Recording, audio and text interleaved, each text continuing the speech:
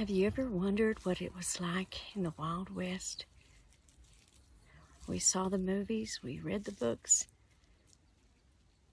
Was that really what happened? I just want to share with you a little bit about the book, Bud Hardcastle, The Truth Tracker. I'm Roseanne Pretty. I'm the author of the book, but it is the story about Bud Hardcastle and his pursuit of the truth about Jesse Woodson James.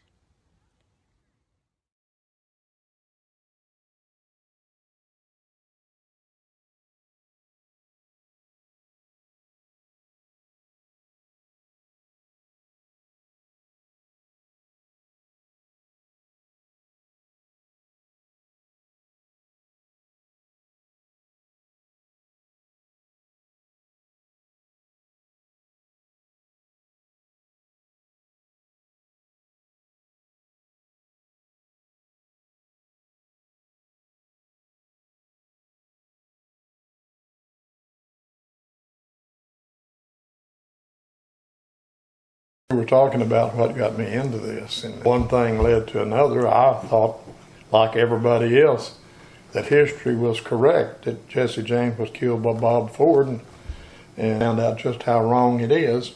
And you've been around it long enough now that you know it. Jesse went on and lived to be if he'd lived 2 or 3 more weeks, he would have been 104 years old.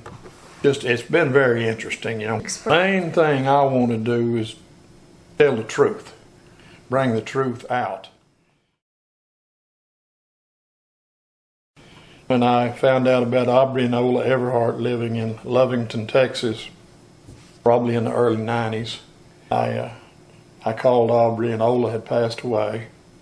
And he said, "Come on now." I took Kenny Brown with me to film our 2 days out there, and had a lot of things. They had one room that looked like a Jesse James museum. Papers and things, but they had his pajamas that they bought for him to sleep in while he was there, and they were washed up and put up there on a shelf. It was a neat deal. They took care of Jesse every time that he was brought there, and got in touch with her, told her that he was going to Lawton, Oklahoma in 1948, and he'd like for her to be there, and she and Aubrey drove up there. They were there when he came out in the open with who he was. In 1949, they took him to Merrimack Caverns at Stanton, Missouri. Gave him a 102nd birthday party. September the 7th, 1949, I believe is the exact date, and it is. Celebrated his birthday. Ola went up there, Aubrey did too, and a lot of other people. James R. Davis and Billy the Kid, Brushy Bill Roberts. John Trammell, Jesse's old cook, was there. He lived to be 118 years old in 2 days.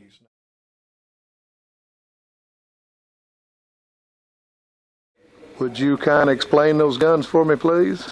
This was Jesse's .44 Remington. This is the gun he died with, the one he had about the last 65 years, right before he died. He had that here at Merrimack Caverns with him? Yes, sir. And this was Frank's .45 Colt with your long barrel. Is that the one that Crittenden had? Yes. Now this was Jesse's main one, and this has got a very good balance as far as the balance of your gun. Of course, we've had to tape these because they've been handled so much. He fired that out at Merrimack Caverns one day, didn't he? Oh, yes, indeed. Why don't you talk about that a little bit? Well, one day he was in the cabin, and the nurse had gone up to the cave to get some food. Well, while she was gone, somebody kept knocking on the door wanting to get in to see him. Well, it made him mad, so he picked up this gun and just fired it. And there's a baby in the back seat of the car, and it just grazed right over the top of the back seat of that car. And luck happened, it didn't kill that baby. But when my husband found out about it the next day, he took the bullets out and put blanks in it. Well, it was about 4 or 5 days later, Jesse was fooling with it, and he discovered they had blanks in it. He threw that gun clear across the floor, he cussed him out, and he wouldn't speak to him for a week at a time. You know, he had to know his guns pretty well. Most people would have never figured that out. You better believe it. What kind of person was he? Was he cantankerous or good-natured? Or very intelligent man, self-educated. He'd spent time in England, South America, Canada, all over. But he could be very cantankerous at times. very hard to get along with. It just according to what kind of mood he was in. Yeah. No, very intelligent man. He was a history book within himself. Your husband checked him out quite thoroughly, didn't he? Oh my, about 23 years research. Yeah. And he believed just as much as I do that Frank Dalton was, in fact, Jesse James. Absolutely. He had all the bullet wounds, the rope burns on his feet and neck, the lung puncture and all. No one could have known all the things that he knew without being him, could they? Oh, absolutely not. They loved him. They took good care of him. He was a good man. At times, the Civil War and things, the North coming into their homeland and killing people, the railroad, taking their land away from them and things like that kind of dictated what happened to them. I agree with him. If you're any kind of man at all and somebody comes around, you blow your mother's arm off and kill your little brother, if you don't stand up against that, you're not much. Now, his first rule was self-protection. Somebody going to kill them first. Other than that, good man. Mm-hmm. And I know that's hard for a lot of people to understand, but they didn't find out things about him like I have. Right. I've got as good a feel for him as anybody alive today.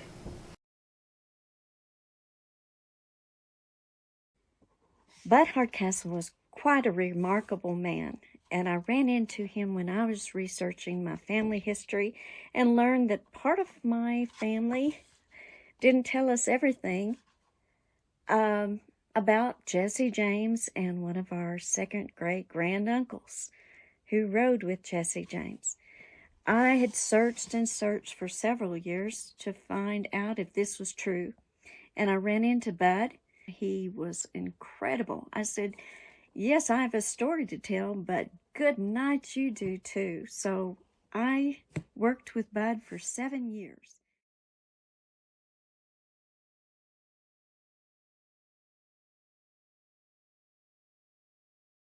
Bud gave me documents and pictures and letters, just tubfuls of information that he had collected for 45 years.